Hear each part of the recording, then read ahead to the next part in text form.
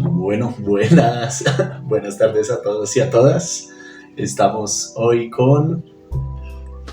Hola, yo soy Ignacio Hurtado. Yo soy uno de los amigos más viejos y más sabios, más viejos de Hernando, que para mí es Willy, entonces intentaré decirle Hernando o Hernando Arturo. No, Arturo, la gente de prepa, yo me gradué, mudé a Arturo, entonces no me digan Hernando. Ok, Willy. Y Willy, pero Willy solo los amigos y familiares cercanos. Listo. Muy cercanos. Y bueno, este es otro episodio de conversaciones que estoy teniendo con amigos, compañeros, conocidos, exalumnos sobre diferentes cosas, gente que tiene, creo que yo, cosas muy interesantes, pero pues no todos llegamos a la fama, aunque las redes sociales democratizaron un poquito la fama. Y hoy entonces estamos con Nano o Ignacio. Nano, pues para los amigos también.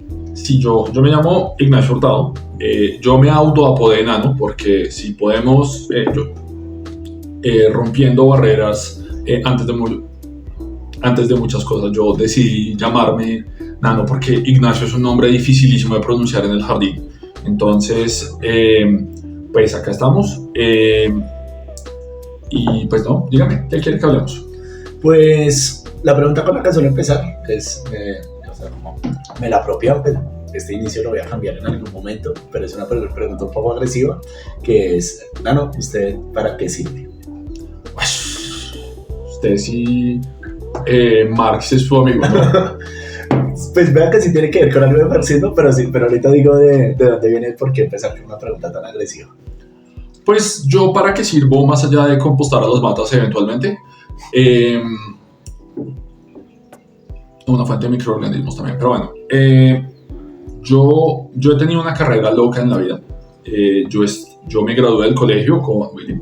Estudié historia. Después de historia, pues no me gradué de historia.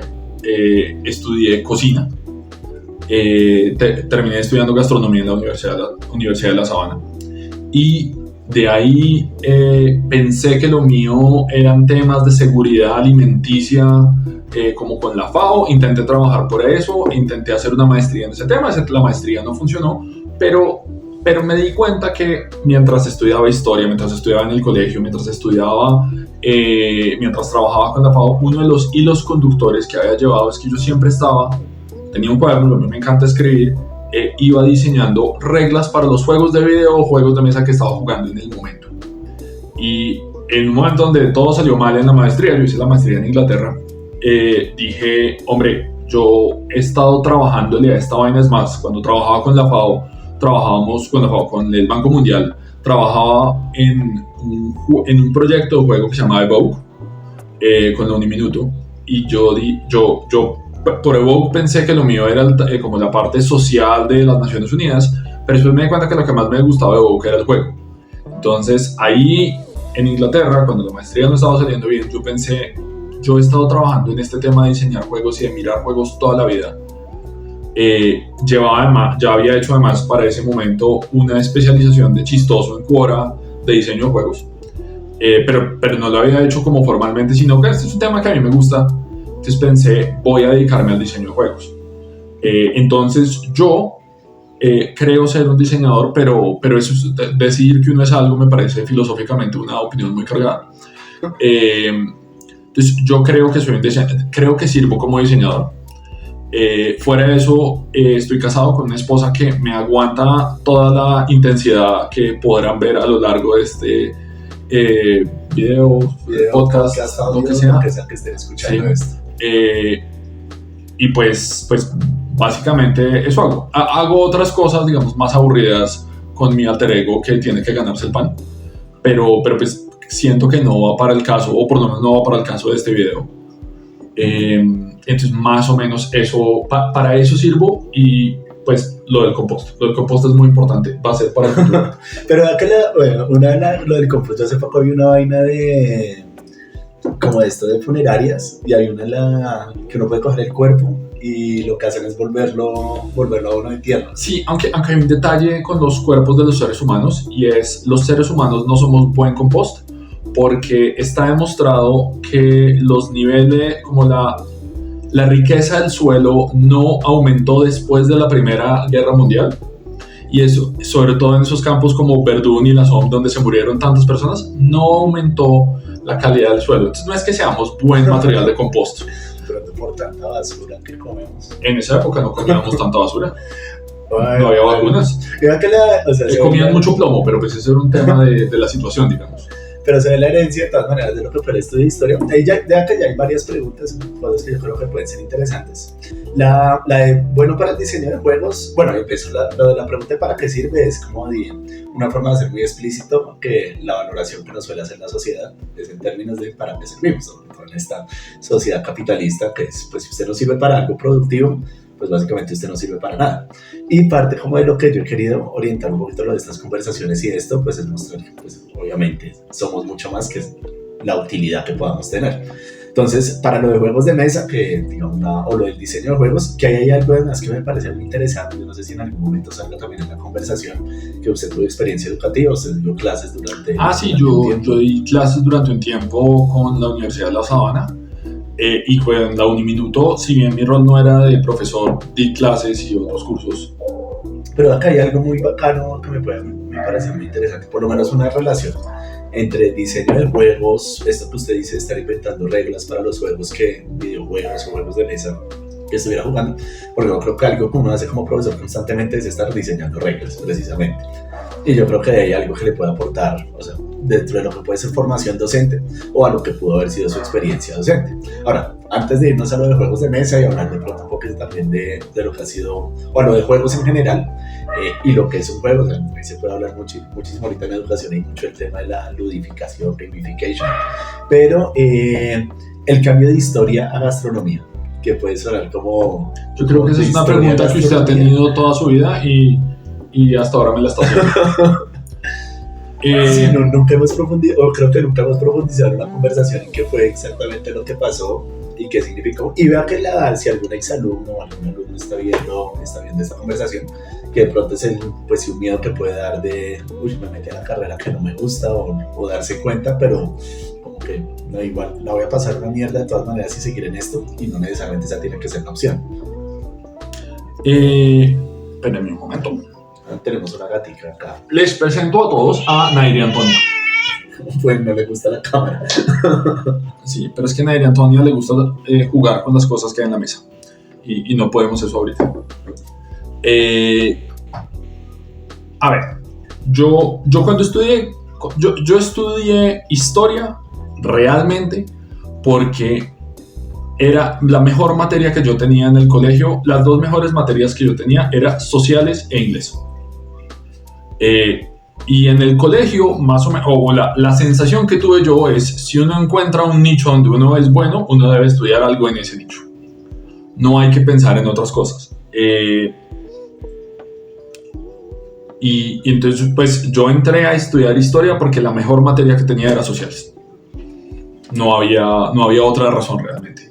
Y a mí la historia me apasiona, me parece un tema interesantísimo. Me parece que el entender la historia nos ayuda a entender los cambios que lleva el ser humano y cómo realmente el ser humano no ha crecido o no ha madurado tanto como creemos pensar. Todavía estamos muy atrapados en formas de pensar que son hereditarias, desarrolladas hace miles de años. Pero cuando entré a estudiar historia, yo no me esperaba, yo vengo de una casa de ingenieros. Mi mamá era ingeniera, mi papá era ingeniero, mi hermano es ingeniero, mi otro hermano pues en ese momento es sacerdote, pero estudió música, pero él realmente quería estudiar matemática pura. Entonces yo venía de un hogar muy estructurado, muy racional, pero yo nunca he sido bueno con las matemáticas.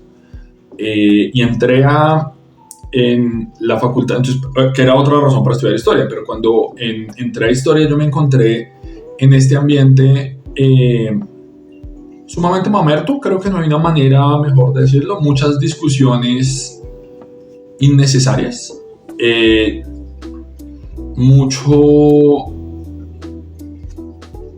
lo que a mí me apasionaba de la historia era el mundo antiguo, la historia militar, las decisiones, como lo que llevó a los grandes procesos de evolución del ser humano. Yo hoy en día entiendo, uno de los temas que me apasiona y he pensado en estudiarlo, pero sería más como por placer, es la idea de que los problemas actuales que tiene el ser humano no se pueden mirar desde un solo enfoque, digamos desde como un problema económico o un problema de ingeniería, sino necesita un enfoque global que mezcle diferentes profesiones. Y historia en ese momento lo veía yo como esta carrera que no buscaba solucionar problemas o no buscaba entender esos problemas complejos, sino centrarse como en detallitos que a mí no me parecían importantes. Entonces yo me fui frustrando con la carrera de historia, me fui frustrando con el approach de investigación que tenían en la Javeriana. Eso, yo me imagino que habrá cambiado, y no estoy diciendo que no vale la pena estudiar historia. Yo disfruté esos primeros semestres enormemente, pero en el día a día de la epistemología, de cómo se estudia la historia, ahí fue donde fui chocando hasta que en un momento dije, esto no es lo mío. Y cosa que fue muy difícil para mí porque me encontré como súper perdido en qué debía hacer yo en la vida. Yo duré un año donde miré qué otras cosas. La otra materia donde me había ido muy bien es inglés. Entonces yo pensé algo con inglés, pensé estudiar literatura. Pues, había mirado literatura en la Javeriana también, la literatura en la Javeriana. Pues no dictaba ninguna de las cosas de literatura que a mí me gusta. A mí me encanta El Señor de los Anillos, me encanta la literatura fantástica, me encanta la ciencia ficción. En la facultad de literatura de la Javeriana, en el momento alguien me dijo, pues nosotros nos gusta la literatura de verdad, ¿no? Ese tipo de cosas. Cosa que hice que yo los descartara inmediatamente. Pero entonces pensé, bueno, si yo quisiera estudiar como ciencia ficción y literatura, ¿a dónde me voy? Pensé en estudiar en Inglaterra, hice los papeles, hice las vainas, finalmente no salió por cosas de la vida. Y en esas, en mucho, como muy perdido, alguien me dijo, oiga, yo le recomiendo, ¿por qué no se hace una clase de cocina que a usted le gusta cocinar? A mí siempre me ha gustado cocinar un poquito. Fui a la Mariano Moreno, hice una clase de cocina, de wok, me pareció súper rico. Luego ellos tenían unas clases de como cocina básica 1 y cocina básica 2, hice la cocina básica 1, me enamoré y me puse a buscar una carrera de cocina. Y buscando di con La Sabana. La Sabana me dijo a mí, al comienzo, que iba a hacer una carrera con mucha investigación, cosa que no resultó. Yo soy primera promoción, entonces hoy en día entiendo que la promesa de investigación que había no existía, porque no existían las materias ni los profesores, por más que estaba. Carrera en La Sabana. Yo soy primera promoción de gastronomía en La Sabana. Pero entonces, pero yo pensé, esto no es solamente cocina, esto tiene historia, esto tiene la parte social, y me encantó. Yo estudié cocina la disfruté. Si quieren conseguir novias o novios, la forma es estudiar cocina, porque por feitos que sean, y mírenme, si salen con sushi de clase y le reparten a la persona que les guste, no hay forma de decirles que no. Y yo estoy casado y yo soy bien cansón, pero mi esposa sigue casada conmigo porque mi esposa tiene una frase que dice, la belleza no dura, pero el hambre sí. Y a mí me parece sabio realmente. Y pues comemos muy rico en esta casa. Mis amigos saben que comemos muy rico cuando vienen. No, uy, sí, eso también es cierto, y es el chef oficial además del grupo de amigos. Pero además, vea que menciona, hay hartas cosas interesantes, aunque menciona algo que se llama preocupación reciente, que es mi relación con la soltería y las relaciones amorosas. Que ¿No estudiado cocina? Sí, de pronto es eso, moriría solo triste y con hambre. No, estudié cocina. Pero, no, pero lo otro además es esta mezcla que usted encuentra en la cocina también, digamos, en la, no sé, cocina creo que a veces puede sonar como muy simple, culinaria, gastronomía, qué sé yo. Dígale cocina, una palabra simple puede tener toda una complejidad detrás. No, y con lo que dice además también de esta... Filosofía es el estudio de la sabiduría. Es que hay que mencionar varias cosas. Una es la de decirse diseñador o decirse esto, que lo había mencionado ahorita. Yo creo que hay un montón de cosas que uno a veces tiene miedo de declararse, pues porque también la sociedad está muy enfocada en términos como de Si usted se va a decir diseñador, pues tiene que tener algo que certifique que es diseñador de juegos. O si se va a decir filósofo, yo me puedo decir a mí mismo filósofo porque si me puedo, si estamos en el momento de decir quiénes somos, yo me identifico como una racacha bárbaro nivel 7. Pero vea que uno puede de todas maneras, o sea, yo sí creo que hay algo que le podemos dar, aunque sea más que todo en las relaciones de amigos, porque obvio, para conseguir un trabajo, para que le paguen uno por algo, muchas veces es importante la certificación, pero parte de lo que yo pienso, pues no hay que tener un título de filosofía de pronto para ser muy buen filósofo, y hay otras características que se pueden tener, y de pronto no hay que tener un título en gastronomía para ser un excelente gastrónomo, o un título en historia para ser un excelente historiador, y las cosas nos definen, o nos podemos definir más bien, ni siquiera por lo que producimos, sino por lo que somos capaces de hacer, y ya de ahí pues se deriva lo que podamos aportar. Pero lo otro también que me parece interesante, por un lado, esta arrogancia a veces académica que aburre también, y como de, digamos lo que usted decía cuando explora un poquito lo de literatura y empieza, no, pues si no se leen los clásicos nada más, y entonces si no leemos a Joyce y qué sé yo, a Cervantes, entonces el resto no es literatura, y pues que hay un montón de cosas que de pronto pueden caer desde la sombrilla de literatura y que son también muy valiosas, que no por eso, pues en la filosofía pasa mucho que lo detestamos con los temas de autoayuda, con lo que uno dice, eso no es filosofía, eso es libros de supermercado. Y lo otro, que se orientando un poquito hacia la pregunta, es ¿qué cree que es lo de, digamos, en ese cambio de historia a gastronomía y, pues, y que después se va a mover también, o que se mantiene dentro de sus gustos, el tema del diseño de juegos? ¿Qué cree que se ha conservado, o sea, que usted conservó desde que le gustaba historia y que le sirvió mucho aún empezando a hacer todo el trabajo de gastronomía? Si me estoy haciendo entender, como digamos a mí me gustaba la historia y lo que aprendí en la carrera me sirvió mucho, y eso además tuvo un lugar importante cuando yo empecé a dedicarme más al tema de gastronomía. No sé si se entiende la pregunta. A ver, usted me estaba preguntando qué cosas aprendí yo en la carrera de historia que luego me sirvieron en gastronomía. Sí, pero no solo eso, sino además también qué cosas de su gusto por historia usted las encontró también en la carrera de gastronomía muy representadas. Como a mí me encantaba esto en la historia. Yo me di cuenta que una de las cosas que a mí me fascina hoy en día de la comida es entender, a mí una como persona y como parte de lo que me gusta es entender por qué las cosas se dan. No tanto por qué funcionan, sino qué se necesita para que algo se logre. Entonces, la carrera de gastronomía me mostró cómo detrás de un plato hay todo un bagaje histórico de cruces, digamos, de intercambios socioculturales entre diferentes zonas. Uno mira una sopa como el ajiaco, y el ajiaco tiene raíces indígenas. Los incas hacían unas preparaciones cuyo nombre se me olvida ahorita, que a la larga eran las masas de papa seca, que se podían echar en agua caliente y hacer una sopa, y eran mezclas de papas como el ajiaco, que tiene papa pastusa, papa sabanera y papa criolla, con tradiciones españolas, porque pues la gallina llegó acá de Europa, la crema llegó acá de Europa, las alcaparras llegaron acá de Europa. Entonces uno tiene este plato emblemático de la cocina cundiboyacense. Es una maridaje, es una mezcla de tradiciones de diferentes sitios, y eso se ve en diferentes cosas. Pensamos en la cocina italiana como esta gran obra increíble, pero el tomate es mexicano y la pasta es china. Bueno, no toda la pasta, pero gran parte de la pasta es china. Entonces, sin esos dos componentes, la comida italiana sería supremamente diferente, y es en parte, digamos, una de las cosas que yo siento es que, pues yo genero paréntesis, entonces depende de usted poder cerrar los paréntesis y devolverse. Sí, esto no va a tener un hilo conductor, pero es la idea. El mundo, una de las cosas que yo veo hoy en día es que el mundo, cada vez somos más globalizados.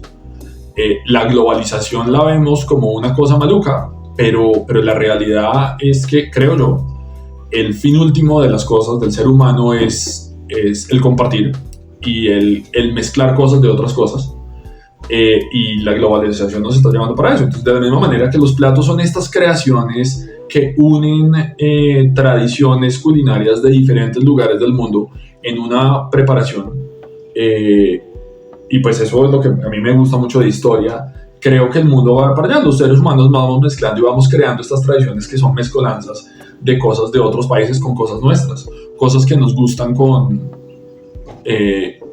pues no sé, es una vaina que a mí me parece fascinante y es uno de los hilos conductores que yo he tenido entre historia, gastronomía, luego estudios de desarrollo y luego diseños de juegos. Las buenas ideas son mezclas tomadas de diferentes sitios, de inspiraciones de diferentes sitios.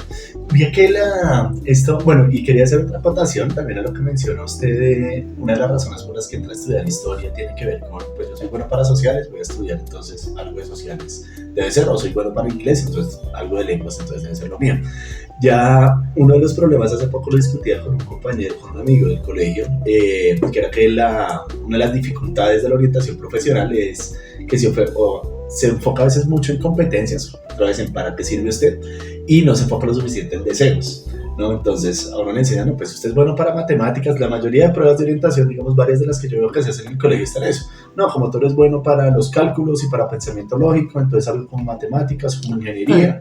De eso yo me acuerdo de una anécdota, cuando yo hice esas pruebas de orientación, las pruebas de orientación cuando yo las hice estaban pensadas para estudiar algún campo de ingeniería, algún campo de administración, algún campo de derecho, medicina y algunos otros como muy específicos, pero pues yo quería estudiar historia. Entonces yo no cuadraba en ese examen. El examen me dio resultados pues me dio un resultado indeciso. Sí. Y ver que hay unos temas, incluso, pues por un lado, otra vez, no se le enseña realmente, o no lo suficiente, diría yo, a pensar a los estudiantes y a los jóvenes en términos de qué es lo que quieren realmente, ¿no? Y eso pues tiene además pues una serie de condiciones, o sea, de condicionamientos y de limitantes sociales, por referirse, ¿no? Como queremos que haga plata o como queremos que sea exitoso, entonces cogemos el abanico de todo lo que podría hacer usted, lo estrechamos a qué es lo que creemos que le va a dar más plata de acuerdo a unos cálculos en que podemos hacer de tendencias que tiene la sociedad y de intereses económicos.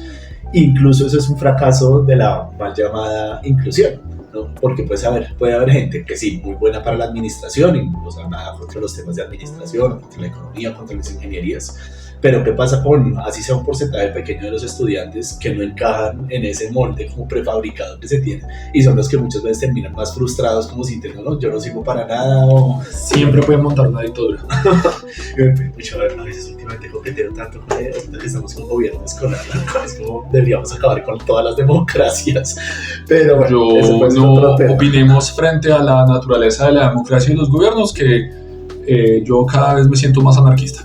¿En serio? Sí, yo cada vez me siento más, no sé, por lo menos sí más, no sé, más autoritario, más, no sé, me estoy cuestionando mucho la democracia. Esperaría que usted se volviera más autoritario y yo más anarquista.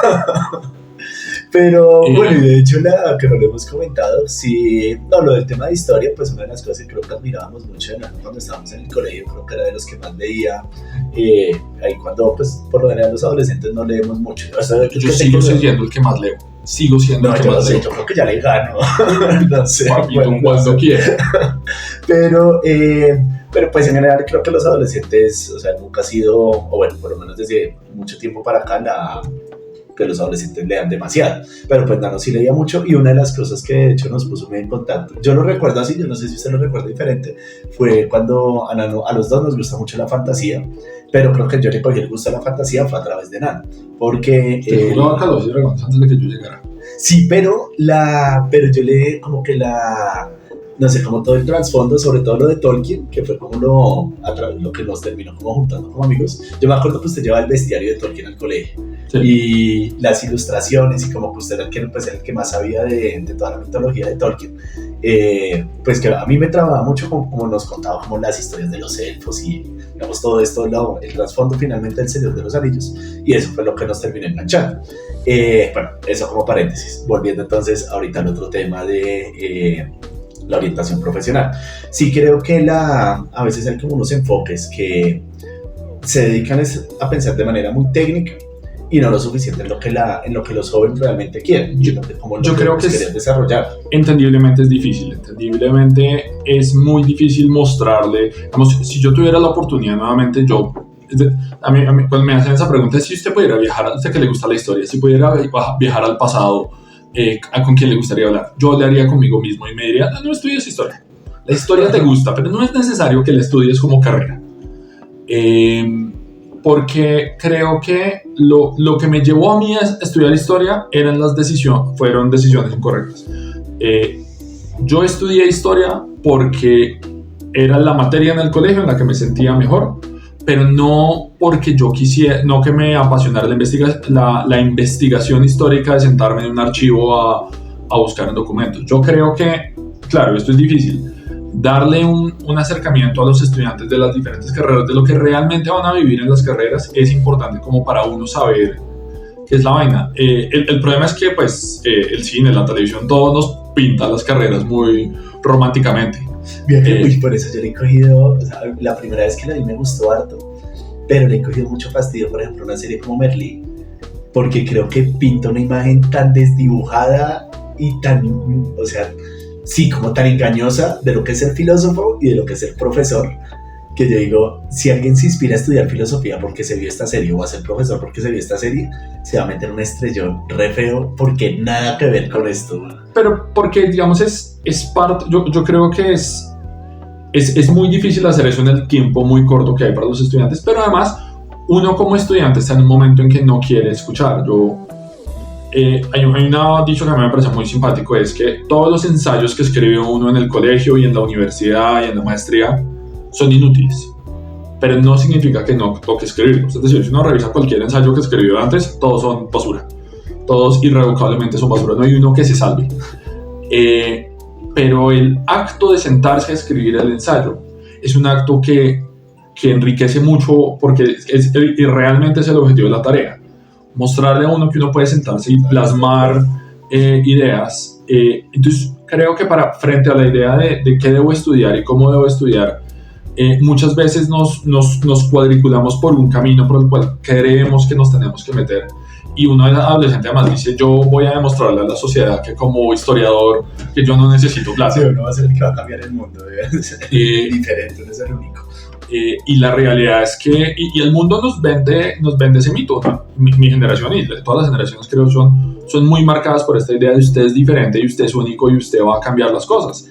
Es parte de los mitos que nos hacen seres humanos. Estamos llenos de mitos de el rey Arturo, que era el único huevón que podía sacar la espada de la piedra, ¿sí? Y creo que no sería malo, digamos, cuando nos graduamos, usted se tomó un año sabático, se fue a Israel. Yo me acuerdo que yo le hablé a mis papás de la idea del año sabático, mis papás me miraron con cara de jajaja, y ahora cuéntame uno de payasos.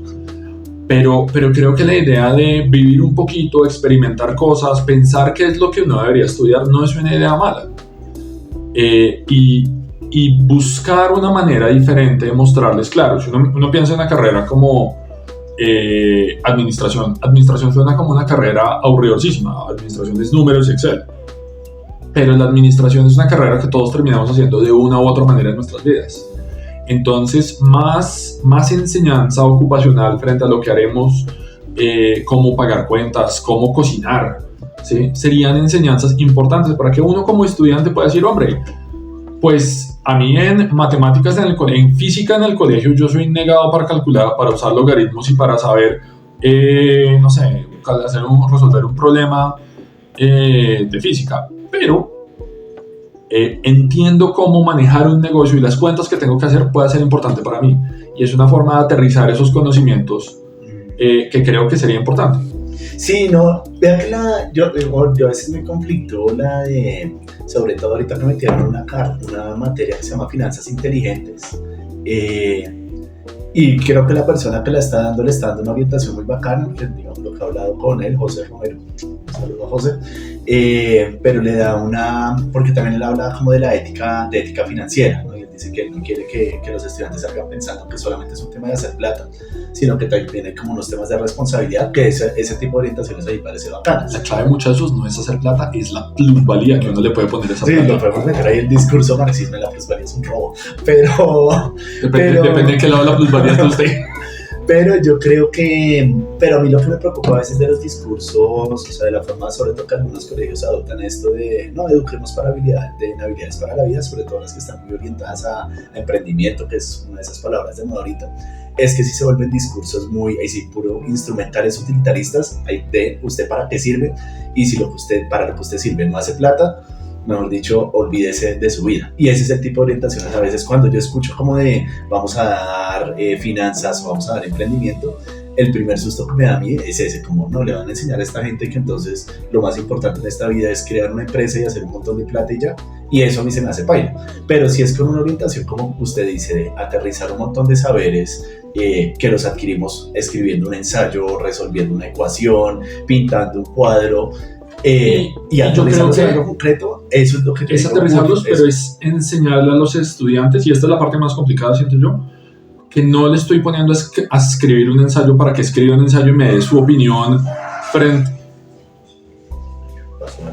un balrog y nos dé su opinión frente a, no sé, el cambio climático. La opinión del estudiante valiosa es, pero el ensayo no lo es. Es enseñarle al estudiante que les estamos enseñando a pensar, a poder coger ideas y aterrizarlas, que es una habilidad que, pues, viendo la situación política colombiana, no tienen muchos políticos. Sí, uy, a mí me sorprende además eso, y además es que gente supuestamente que ha salido de los mejores colegios o de las mejores universidades, y yo no sé si es que la carrera, o sea, ya el mundo político vuelve a la gente más tonta, o pero son muy pilos y sencillamente dicen para sobrevivir en este escenario tengo que ser yo así. Creo que el mundo político, hay un podcast que yo sigo, que me gusta mucho, que se llama Philosophy for Our Times, del Instituto de Artes y Humanidades de Londres. Sí. Y tienen uno que hablan acerca de esto y tienen una opinión muy buena que dicen el problema de la política moderna es que la política moderna es un concurso de popularidad. Entonces no elegimos presidentes por su capacidad para gobernar, elegimos presidentes por su popularidad. Y esto es como, ¿quién era el más popular del salón? Pues el bully del salón probablemente. ¿Por qué? Porque los colegios siguen unas reglas sociales que nadie logra entender.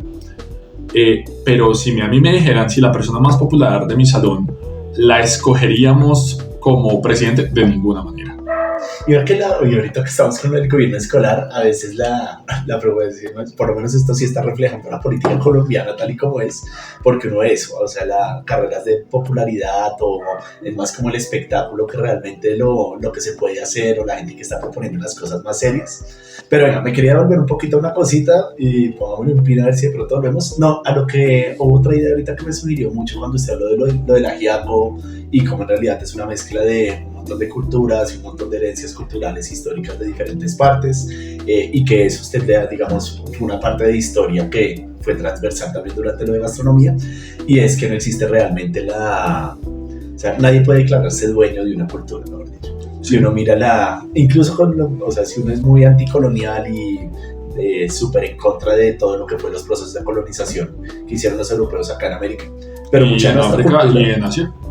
Sí, en prácticamente todo el mundo y sobre todo Inglaterra, pero no deja de ver una herencia, o sea, mucho de lo que tenemos de todas maneras está de ellos es parte de su patrono, de sus tradiciones culturales invadir otros países. Hay que respetar las tradiciones. No, pero vea que o sea, yo me atrevería a decir, aunque es que tiene más bagaje en historia, no, pues sí, mucho de lo que tenemos ahorita como cultura y que rescatamos como colombianidad, pues también tiene raíces en Europa, nos guste o no, y sí, tiene raíces africanas y raíces indígenas, y esto como de hablar de algo exclusivamente colombiano o así, a mí la idea de los robos culturales me parece una locura.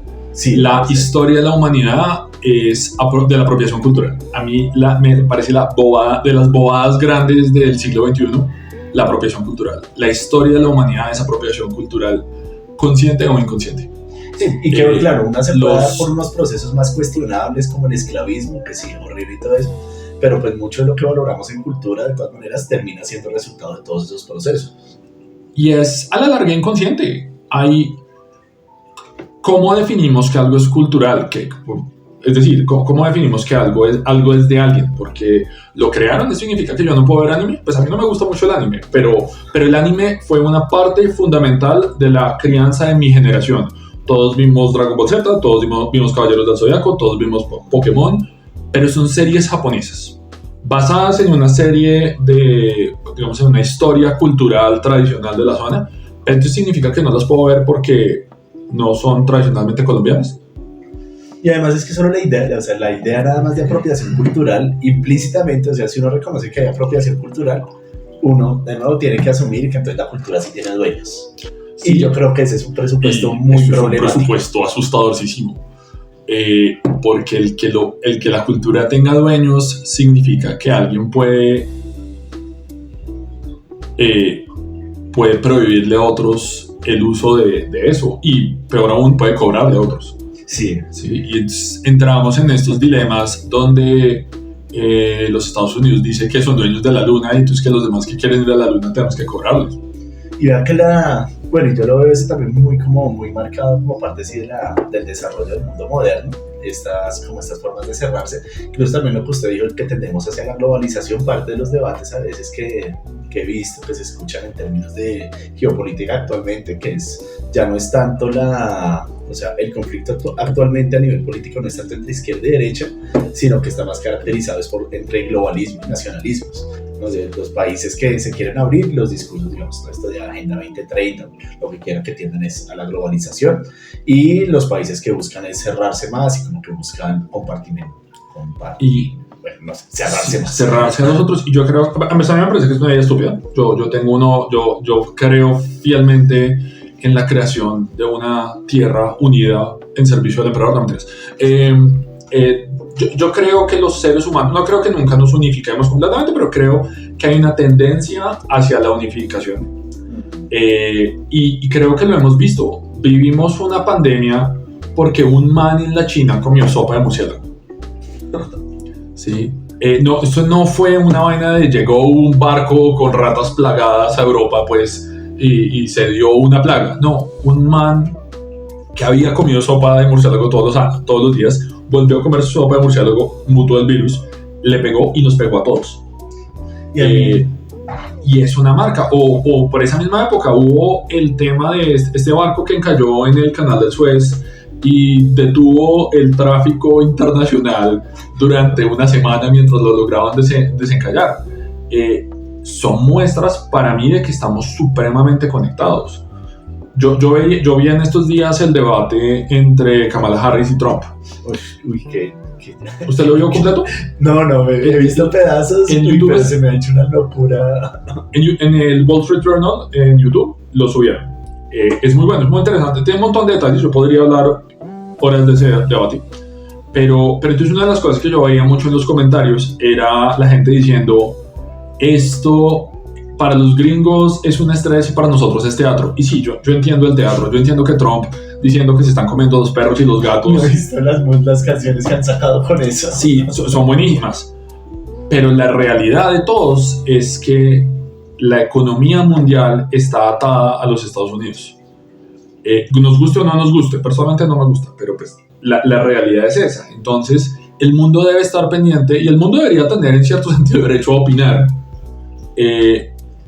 frente al país para el cual todos nos hemos atado económicamente. Si Trump se sube al Estado, cobra su plan 2025, que dice él que no es de él, pero es de todos sus amigotes neonazis conservadores, y colapsa la economía de los Estados Unidos, la economía de Colombia y la economía de todos los demás países del mundo, nos vamos a ir detrás.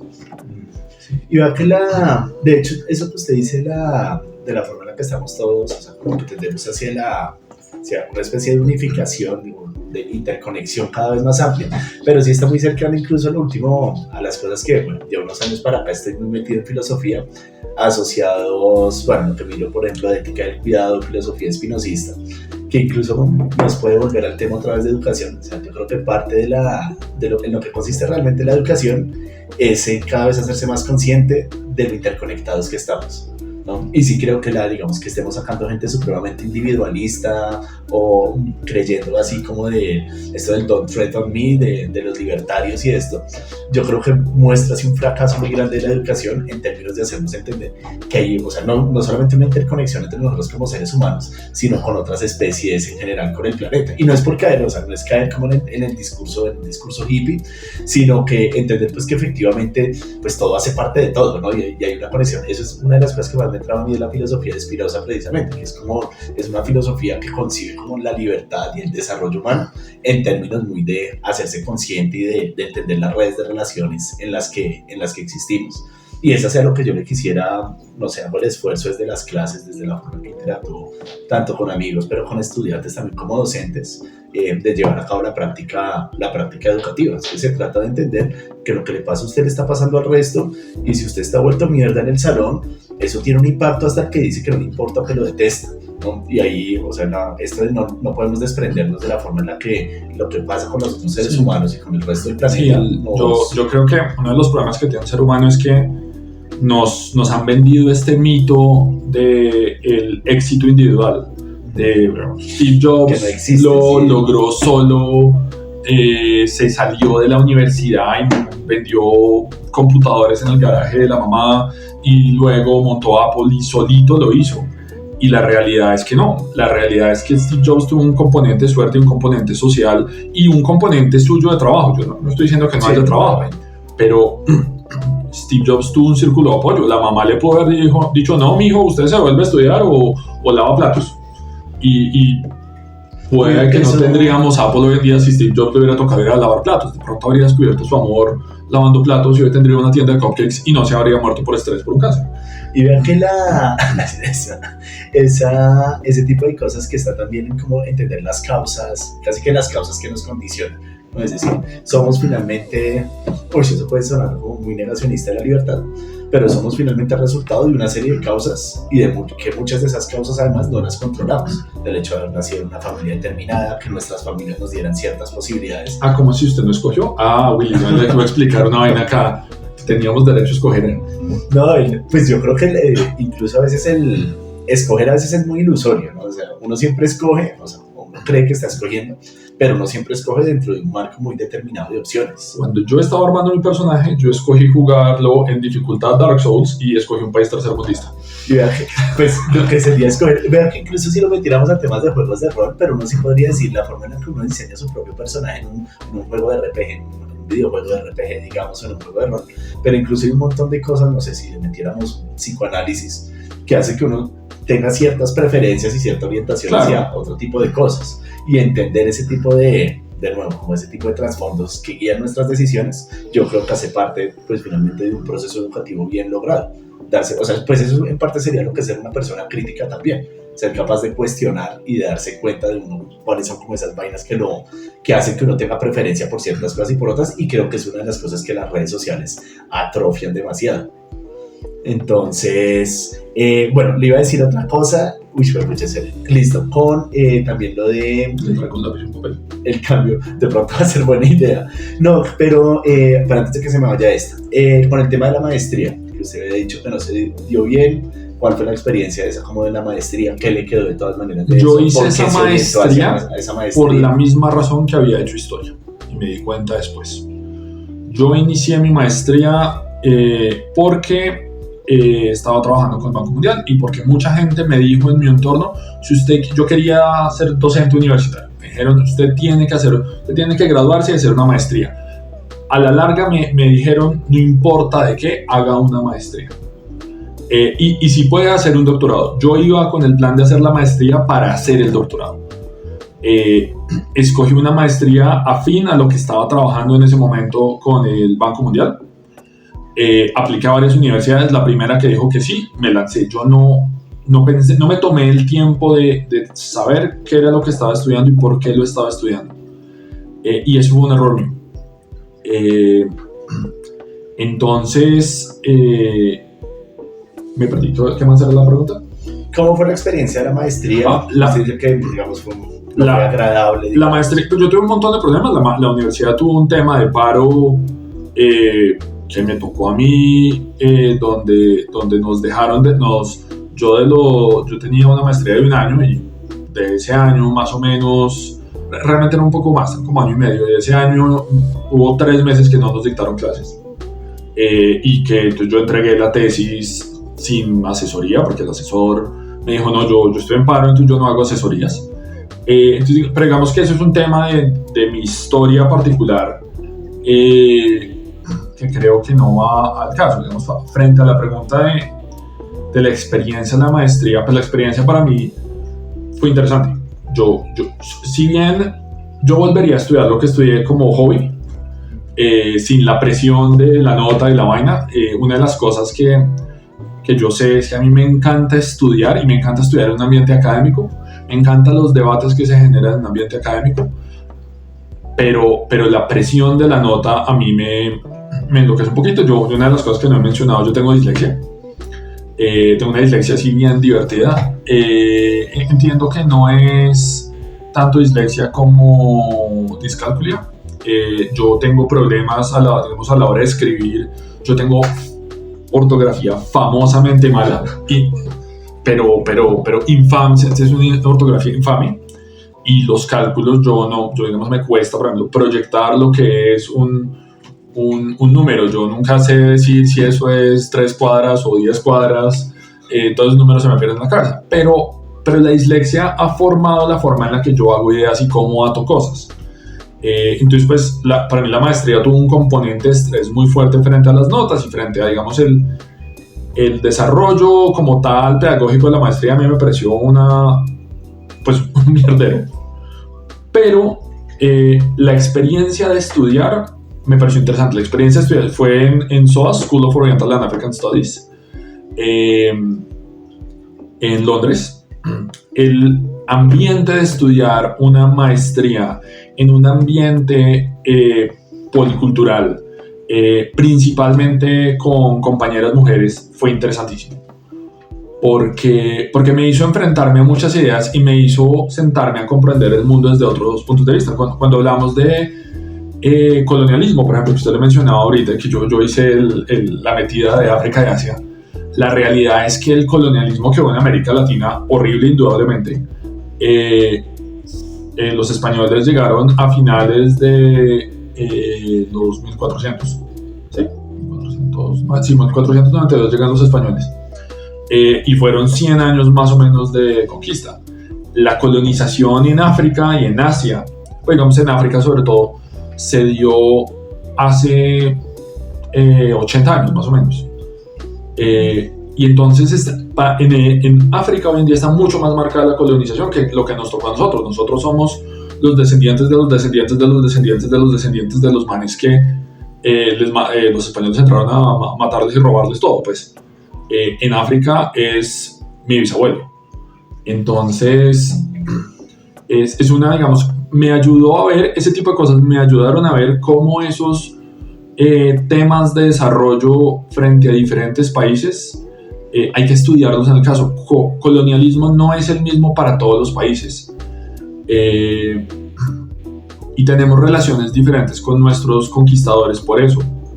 Hoy Colombia tiene buena relación con España y todos estamos de acuerdo que fue un proceso maluco, pero ya pasó. Hay muchos países de África que sus líderes se criaron con las historias de los abuelos y tienen que vérselas con sus equivalentes europeos que son descendientes de los personajes que participaron en el desarrollo del aparato colonizador europeo. Ya que mencionó otra cosa que me pareció bacana, le salió un momento. Yo soy una persona muy bacana. Sí, por eso es que lo debo ser mi amigo. Eso es lo que usted cree. Pero, no, lo que usted ahorita cuando mencionó lo de la dislexia, de todas maneras, a pesar, digamos, entre comillas, de todas las limitaciones que pueda ofrecer la dislexia, que eso desarrolló en usted un estilo propio de estudiar, de escribir, de tomar notas. En plena meto de cuchara, la dislexia, como muchas digamos, condiciones de mentalidades divergentes, no siento yo que genere, usted usó un término, no sé si fue discapacidades lo que usted hizo, limitaciones. El problema es que la mayoría de la población no es disléxica. No, totalmente de acuerdo. aprende a desarrollarse en el mundo, pero yo tengo maneras de visualizar los problemas como persona disléxica que no tienen personas que no tienen dislexia. Sí, bueno, eso podría volver incluso también otra vez a los temas de inclusión, que hay muchas condiciones que uno podría, bueno, de hecho el capacitismo tiene un debate ahí, o capacismo, lo he escuchado y visto escrito de las dos maneras, voy a decir capacitismo acá, pero el capacitismo a veces tiene este debate finalmente de que hay muchas condiciones que no son limitantes por ser en sí mismas limitantes, sino por la forma en la que la sociedad está organizada. De hecho, este es creo que es John Stuart Mill, un poquito que habla, que fue incluso de los primeros filósofos que habló en términos como de derechos para todos por igual también, y como que defendió ciertas políticas y ciertas ideas en torno a la inclusión, y es la vida de una persona homosexual no es mala porque la condición homosexual sea en sí misma mala, sino pues porque la sociedad les hace una putada. Y lo mismo uno podría decir pues de una persona disléxica, digamos ahorita con las personas de silla de ruedas, hay más políticas en términos como de crear las rampas, o sea, que vivimos en sociedades que pueden crear facilidades para todo este tipo de personas, pero que, o sea, si hablamos de limitaciones es porque la limitación la crea la misma forma en la que se estructura la sociedad. Si usted vive en un edificio donde no hay una sola rampa, pues obviamente tener silla de ruedas es un limitante evidente. Pero si se organiza la sociedad de forma en que hayan rampas, hayan personas que con otros tipos de movilidad puedan transportarse, pues entonces eso no necesariamente no se convierte en una limitante, sino que se convierte en una forma alternativa de movimiento. De hecho, aunque no recuerdo cómo es que se llama, pero es que acaba de pasar, por no pasar frente a la cámara, la esposa de Laura pasó por acá gateando y lo hicimos evidente. Bueno, de pronto editamos este pedazo. Empieza como una de las conferencias diciendo, como él anda en silla de ruedas, es parapléjico. Entonces dice la de, ¿cuántos de ustedes llegaron a pie hasta el sitio de la conferencia? Que es en una universidad en España. Y pues la gente que llega a pie en realidad es muy poca. Todos nos movemos de una forma u otra también en medios de transportes que utilizan ruedas, solamente que para algunos ese tipo de medio de transporte es mucho más constante que para otros. El tema es cómo se organiza la sociedad. Entonces me parece muy valioso eso. Sí, yo estoy de acuerdo con eso. La sociedad no está pensada igualitariamente para todos, está pensada para ciertos grupos sociales, razas, colores, géneros, identidades. Y vean pero me gustó también algo que dijo, que es lo que yo le decía de que la dislexia de todas maneras crea un estilo propio. Que esto sí yo lo veo casi como de apropiarnos de nuestras propias condiciones. Claro. Y generar con ellas, o sea, una manera particular de ser, lo que sería, que yo llamaría como la verdadera autenticidad. ¿No? Sí, puede haber un montón de gente con dislexia y un montón mucho más grande de personas sin dislexia, pero el caso es mis experiencias propias, mis experiencias particulares, cómo ya las puedo convertir en un estilo que pues me saca un poquito como del molde típico de cualquier persona, incluso del molde típico del disléxico, ¿no? O del molde típico del homosexual, o del molde típico del parapléjico, o del molde típico del humano común y corriente. De hecho, pues la normalidad, tengo entendido, creo que es un concepto estadístico, ¿no? Es decir, si decimos, no sé, en un grupo de 50 personas hay un solo calvo, pues uno dice, lo normal es no ser calvo. Sí. Pero eso no es una forma de discriminación, es una descripción que se hace del grupo de personas. Que de esa descripción pasemos a formas de discriminación. Ahí yo creo que está el tema, y es, los seres humanos creemos ser racionales, pero realmente somos supremamente sugestivos, y vemos esa estadística del 100% de personas, de 100 personas hay uno que es calvo, y decimos, el calvo está mal. El calvo descuadra el resto del 100%. Y no es una decisión basada en hechos reales, racionales, sino es una decisión completamente sugestiva. El calvo nos descuadra la estadística. No nos gustan los calvos. Y los calvos somos mejores, los calvos gastamos menos shampoo. Y vea que ese tipo de cosas que está asociada también, pues, a este miedo a la diferencia, a miedo a lo que nos puede descuadrar, a la obsesión con los números, y esta vaina tan interesante de, o sea, no somos tan racionales como creemos, que muchas de las críticas que están enfocada, o sea, que una buena parte de la filosofía dedicada a la modernidad, es precisamente esta idea de que podemos ser absolutamente racionales, y que nos damos cuenta que no. Un libro que estoy leyendo ahorita recientemente, que tiene unos elementos como de psicología y neurología, que se llama La hipótesis de la felicidad, y precisamente y bueno, que va mezclado con la otra filósofa que me gusta mucho, que es Martha Nussbaum, que es, lo que pasa es que no existen juicios racionales puros, y que de hecho, a mí se me dan los nombres, pero una parte del cerebro que los humanos desarrollamos mucho, que nos permite tener emociones complejas, es la parte del cerebro que permite también que tengamos procesos racionales complejos. O sea, una persona sin emocionalidad, que creeríamos que es, no, entonces va a ser como el Spock, entonces las decisiones súper racionales y la decisión más lógica. Y en realidad las personas que no tienen buen desarrollo emocional se vuelven menos capaces de tomar decisiones, porque la emocionalidad nos informa sobre lo que nos importa, sobre lo que le damos prioridad. Entonces, eso me parece a mí súper bacán. Los que sabemos de Spock sabemos que uno de sus atributos más fuertes era su capacidad de tomar decisiones sentimentales. Y ver que pues su parte mala, ¿no? Y si a veces esta idea también, este mito que puede haber sobre el ser racional, controlar tus emociones y eso, que me parece que termina siendo incluso engañoso y en los peores casos hasta dañino. A mí hay un ejemplo que me encanta de esta idea.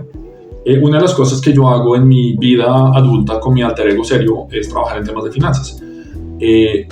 Y yo me acerco a las finanzas desde un punto de vista social y no tanto matemático. Yo estudiando en la maestría, una de las cosas que me di cuenta es que entre las ciencias sociales está la economía, pero los economistas se consideran a sí mismos una ciencia exacta como la física, la matemática y todos esos. Pero la realidad es que no hay nada más social que la plata. No hay nada más que se mueva según los antojos de la gente que la plata. No hay una fórmula matemática real que diga cuánto debe costar un chocorramo. Es el valor que le ponemos entre todos. Y hay mucho de marxismo, que es muy valioso el análisis que hace. O sea, yo no digo que haya que tratarlo como una Biblia, pero yo sí creo que el marxismo, la teoría del valor trabajo, todavía tiene muchos elementos muy vigentes, precisamente en eso, en que el valor es una relación social que determinada por el trabajo que invertimos en las cosas, por el tipo de intereses que las sociedades tienen, por lo que se prioriza, por la capacidad de producción, y no porque en sí mismas valgan eso, o sea, valgan lo que creemos que valgan, que eso es fetichizar la mercancía. Pero es ahí mi momento marxista. Esta es una opinión. Los que creemos en el atilismo dice que yo tengo un montón de caballos y antorchas y le voy a quemar la mercancía si no me la da. Pero la otra que me parece también muy bacano con eso, o sea, de estos puntos que estamos tocando, finalmente es que hay un libro también, bueno, ese lo tengo pendiente por leer y espero poder empezarlo pronto y hacer algunos videitos, que es cómo generar economías de cuidado, precisamente. O sea, economías que no estén basadas únicamente como en el cálculo cuantitativo, que digamos una de las falacias en las que cae a veces, no sé, ciertas tendencias economistas, lo de sin ser economista, pero es eso, creer que solamente tiene valor lo que se puede medir, lo que decíamos ahorita en las estadísticas. Si este tipo de variables nos jode la estadística, pues sencillamente consideramos ese tipo de variables menos valioso y menos relevante para lo que estamos tratando de estudiar, y en ese tipo de cosas, ver que eso incluso nos puede devolver al tema de la orientación profesional.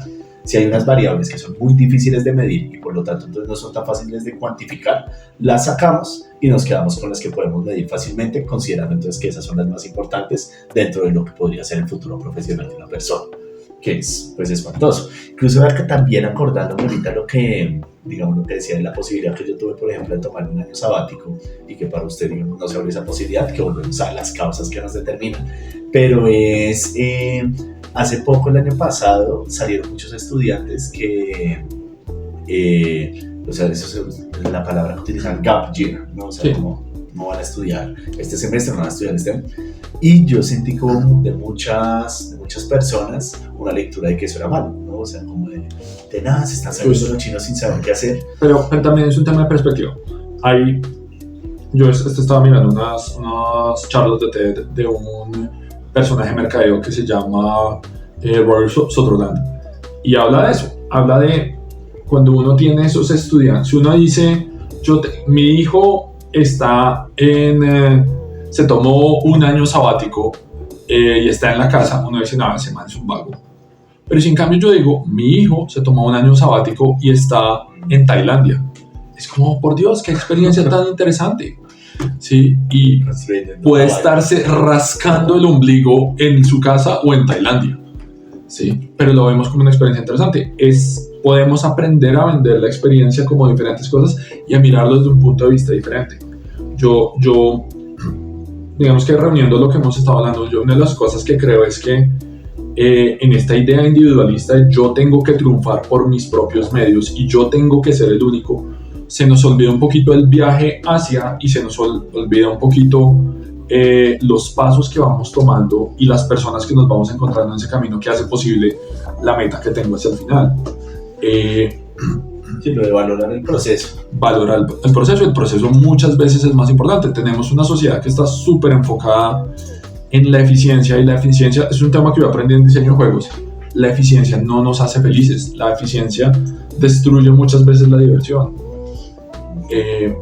Uno, por ejemplo, terminando esta idea con diseño de juegos, uno de los problemas que tiene mucho diseñador es buscar que no haya caminos eficientes de jugar que sean aburridores, porque los seres humanos nos hemos criado en esta cultura que busca la eficiencia y la rapidez todo el tiempo y sacrificamos nuestra diversión por ser eficientes y en ese proceso nos aburrimos jugando un juego, que es una cosa que me parece interesante, es una cosa que nos, pues volviendo a la idea de selección de carrera, nos metemos a estudiar una vaina sin parar a pensar, ok, yo voy a ser historiador y ¿qué voy a hacer con eso?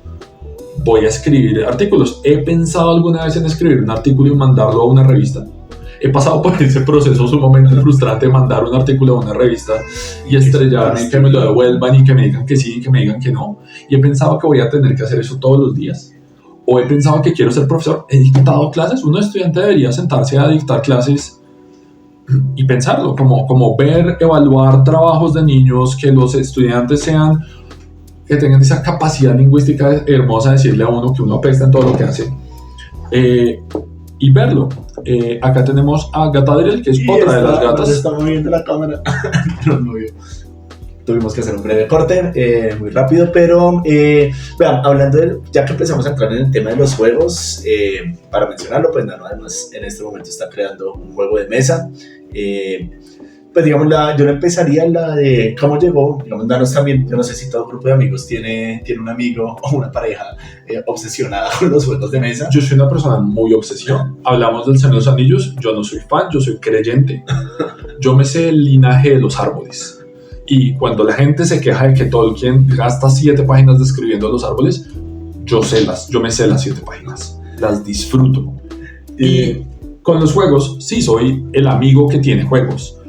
Si quiere puedo hablar un poquito como de mi historia de juegos, cuáles son los juegos. A eso iba.